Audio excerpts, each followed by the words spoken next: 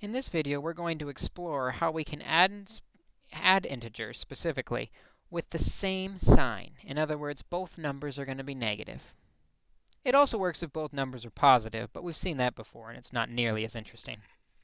To set this up, we're going to consider -4 plus -3. Now, I guess you could think of -4 as 4 little negatives hanging out here. So we've got 1, 2, 3, 4 little negative chips here.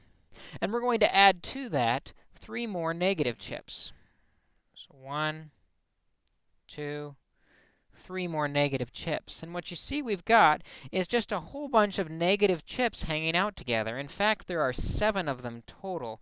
We've got 7 of these negative chips. And that's kind of how we end up with this solution. That -4 plus -3 is a total of -7. Because we just have a whole bunch of negatives. We just need to know how many of them.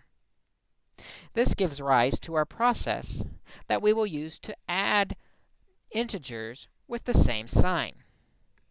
What we will do is we will add the number to find out how many of them we have, and then we will keep the sign, keep the negative, because we've got a lot more negatives. So for example, if we had -5 plus -3, this means we've got 5 negatives hanging out with 3 negatives. We have a whole bunch of negatives. In fact, 5 plus 3, there are 8 of these negatives.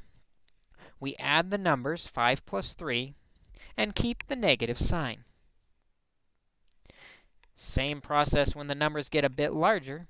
-13 plus -42, we can add the numbers 13 plus 42, because they have the same sign, gives us 55.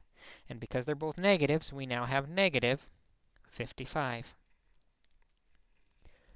To add integers that have the same sign, we will add the numbers and keep that sign.